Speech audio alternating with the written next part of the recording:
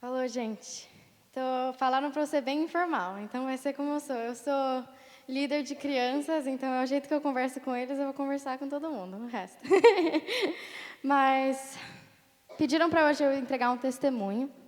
E é difícil pensar assim em coisa específica, porque se você conhece a história da nossa família, você sabe que a nossa família é um testemunho, nossa jornada inteira é um testemunho.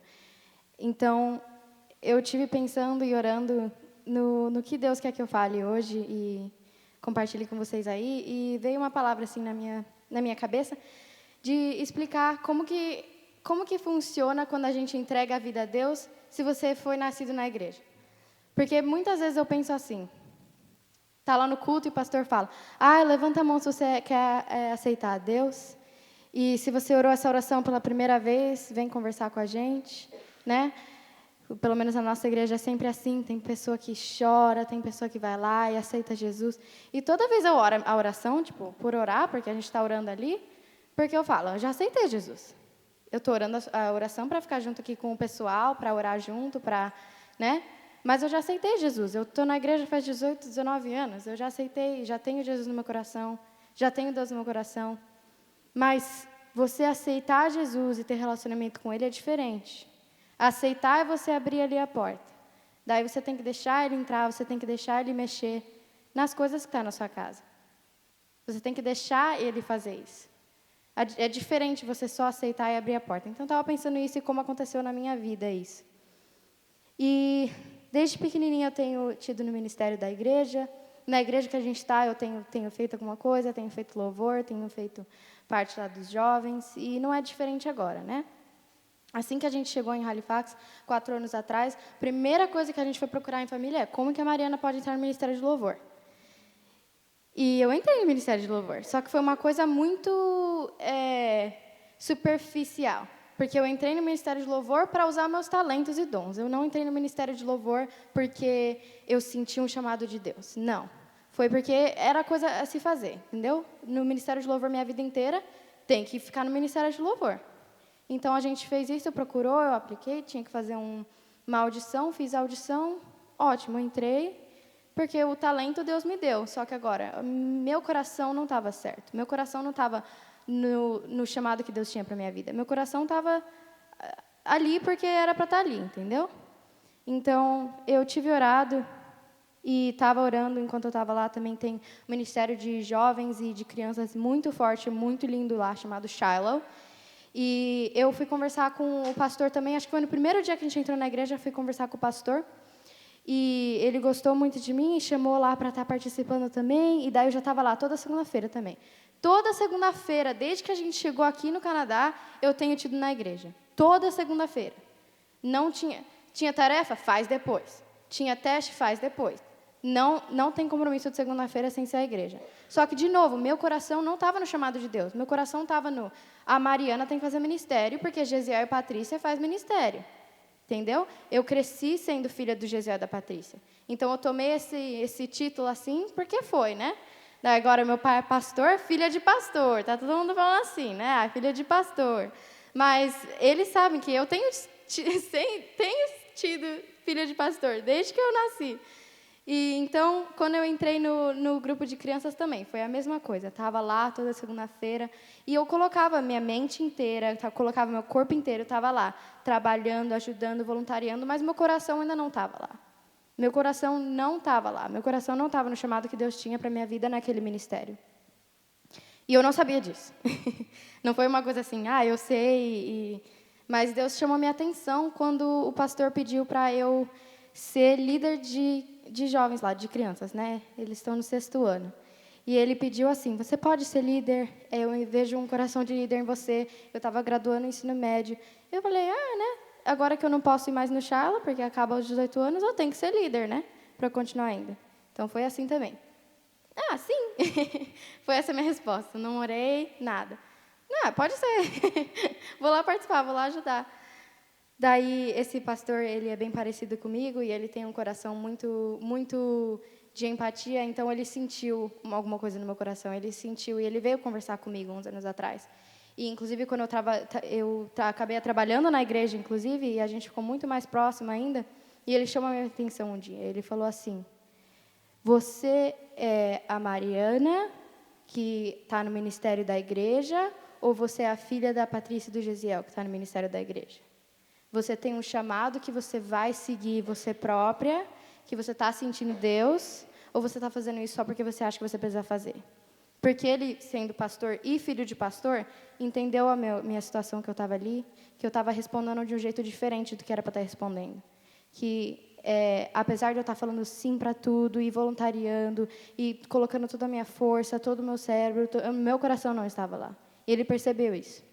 Então, acho que foi 2 anos atrás, quando eu estava trabalhando lá com ele, ou 1 ou 2 anos atrás, que a gente teve essa conversa. Ele até me deu um livro para ler sobre líderes, tudo, que meio que mudou tudo no meu coração sobre essa situação toda, assim, de estar no ministério, e estar voluntariando, e estar servindo. Porque a gente tem que estar servindo, sim, em tudo que a gente puder servir na igreja. Eu acredito que é assim, o seu coração tem que estar no serviço. Não adianta só ir para a igreja e sentar e assistir, porque você tem que ser parte do corpo de Cristo. Mas também tem que ter o chamado que você tem que sentir no coração de Deus. E o coração de Deus é esse. O coração de Deus é serviço, e Ele quer que todo mundo sirva, Ele quer que todo mundo seja na igreja.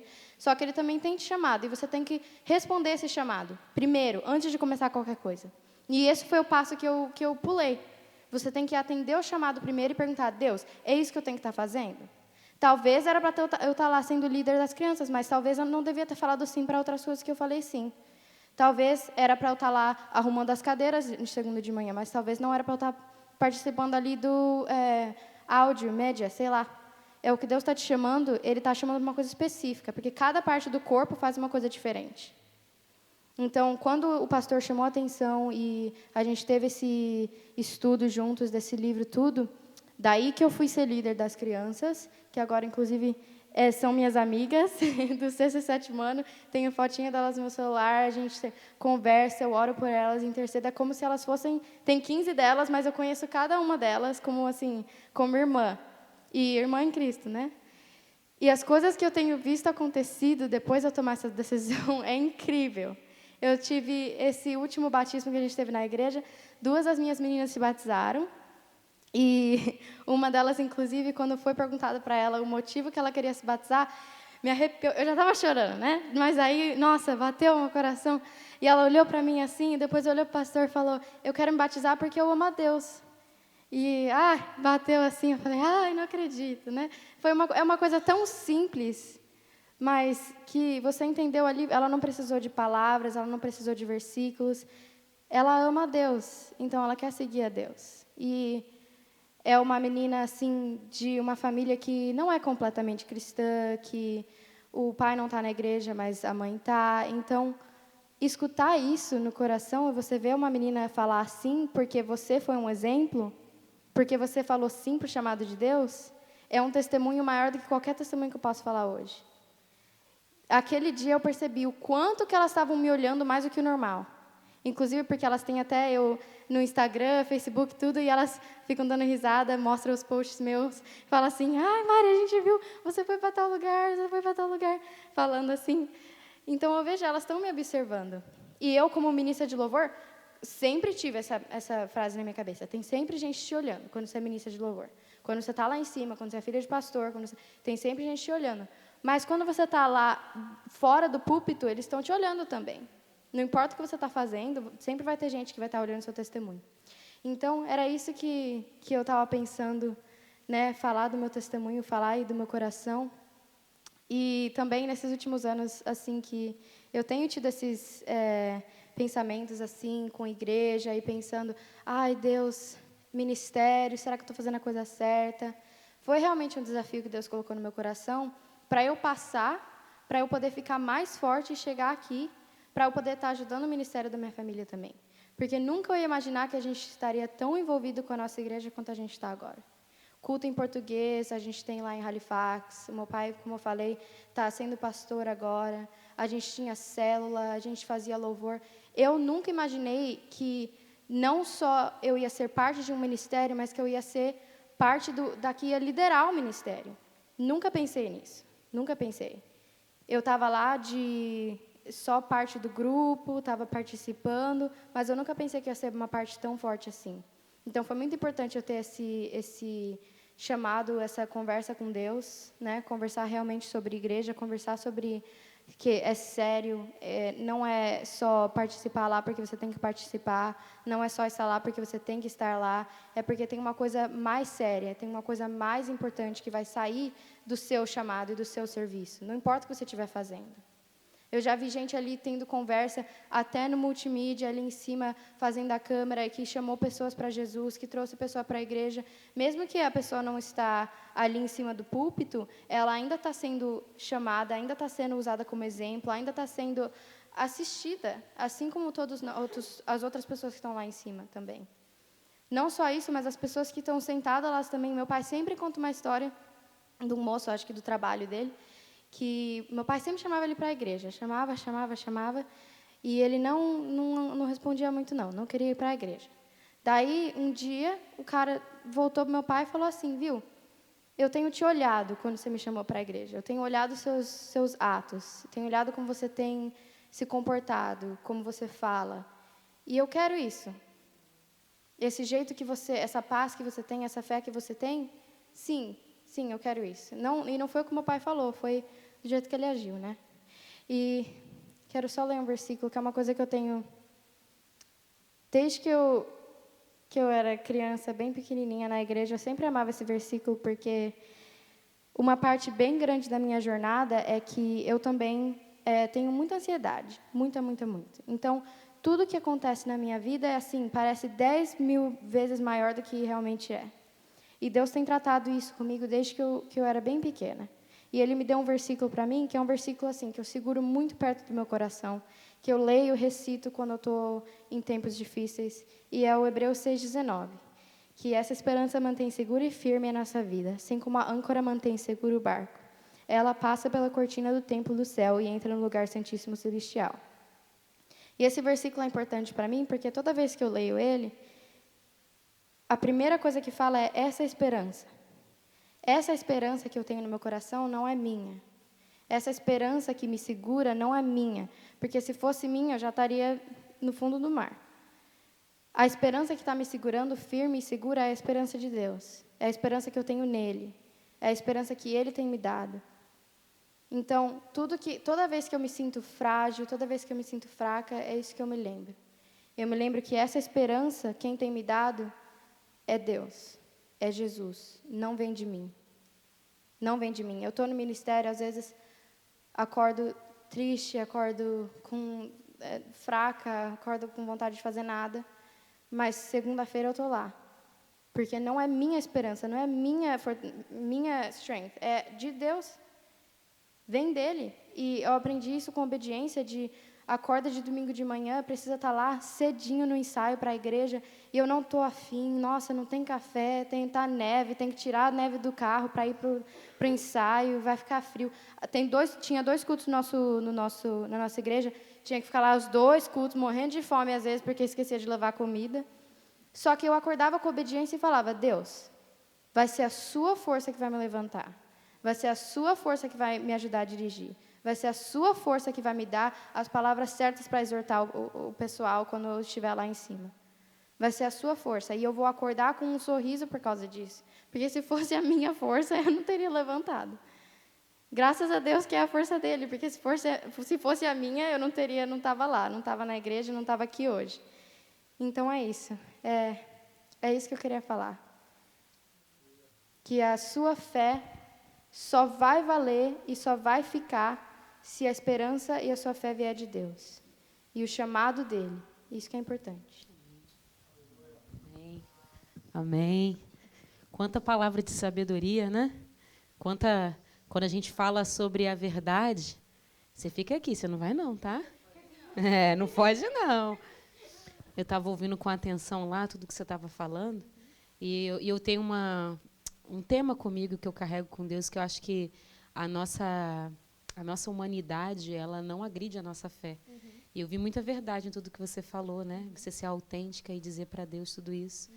E glória a Deus, porque você entendeu que não tem a ver com você ter sido criado numa família ou porque o seu pai te instruiu. Isso não anula o exemplo que eles são para você, mas você encontrou sua verdadeira identidade. Acho que o segredo que a gente tem que guardar no nosso coração tem a ver com isso. Quando você descobre quem você é em Deus, você aprende a dizer sim para umas coisas, a dizer não para outras, não é verdade? E você desenvolve essa vida de intimidade. A Mari, pessoal, ela não é só esse rostinho bonito, e nem só toca muito bem o violão ou canta, mas ela também compõe. Do fruto desse relacionamento tão sincero com Jesus, vem canções, né? Que eu fiquei sabendo disso. Então, eu queria te convidar, queria que você falasse assim, um pouquinho para a gente, para os jovens. A gente também tem um grupo, o Nova Influencers aqui, para encorajar eles, porque às vezes a gente quer se esconder. Tem muitas pessoas que buscam muitos dons e talentos e às vezes buscam por aqueles dons que são públicos, né? O dom de cantar, o dom de falar, o dom de pregar. E você ressaltou uma coisa muito importante, que a mordomia cristã tem a ver com o que você realiza para o Senhor até nos bastidores. E eu tenho certeza que queria que você falasse sobre isso, como que nasce essa inspiração de você compor uma canção para Jesus. Isso é fruto do seu bastidor. Eu tenho certeza que é o seu lugar secreto com Ele. Não tem a ver com quem vai te assistir, não tem a ver com como as pessoas, isso vai repercutir nas pessoas. Queria que você falasse para eles e para a igreja como um todo, né, que está ouvindo a gente, como que é esse processo, como que você começou a viver isso. E se você puder tocar alguma coisa para a gente também. Tá bom? Então, é muito importante até falar sobre isso. Eu sempre falo sobre isso porque o que acontece atrás da porta do meu quarto ali, quando eu estou orando, é muito mais importante, é muito mais, às vezes, cheio do que acontece ali no púlpito. Porque quando você está cantando ali, você não pode sair, fechar o olho, entendeu? Orar em tudo. Às vezes faz, mas quando você está lá em cima, você está sendo o caminho. Então, você vai ligar, você vai dar exemplo, você vai orar, mas quando você está dentro ali, na essência com Deus, é diferente, é muito diferente. Então, é assim, quando vem a inspiração para cantar alguma música, alguma coisa, ou para tocar uma melodia, é uma coisa assim, é muito vívida. Quando vem assim, quando eu estou orando, às vezes até orando em família, vem uma coisa assim, peraí, gente, preciso anotar isso. É muito importante prestar atenção nesses momentos. Mesmo que não seja música, se seja um poema, uma frase, um versículo, é muito importante. Quando vem alguma coisa no seu coração, assim, você sente o Espírito Santo falando, para parar e anotar, e gravar, qualquer coisa que seja. Porque é aí que o Espírito Santo vai tocar, é aí que o Espírito Santo vai trazer as coisas, né? É aí que ele vai falar com você. Até se você está esperando uma resposta, alguma coisa, ele nunca vai falar com você ali um momento que você não pode anotar, que você pode escrever, porque ele quer que você lembre, ele sempre quer que você lembre. E a Bíblia fala também, quando você está orando intercedendo, né, que faça atrás da porta, no seu quarto, porque quando você está orando intercedendo e você está pedindo as coisas para Deus, quando você está trazendo para fora, quando você está falando de algum pecado, alguma coisa ali, a única pessoa que precisa escutar isso é Deus naquele momento. Você e Deus. É a única pessoa que precisa estar ali naquele momento com você. Então, é assim que eu acho que vem a inspiração também, quando eu estou lá sozinha, só eu, meu violão, só eu e Deus ali, e eu estou orando. Às vezes eu não estou nem orando, às vezes eu estou fazendo uma coisa aleatória, e Deus, não, você vai escrever uma música. E é assim, ali dentro, ali no privado. Coisa linda de ver, né? E você pode conduzir a gente à adoração? Se você não estiver à vontade com uma canção que é sua, a gente pode cantar só um outro louvor também, tá bom? Vou pensar.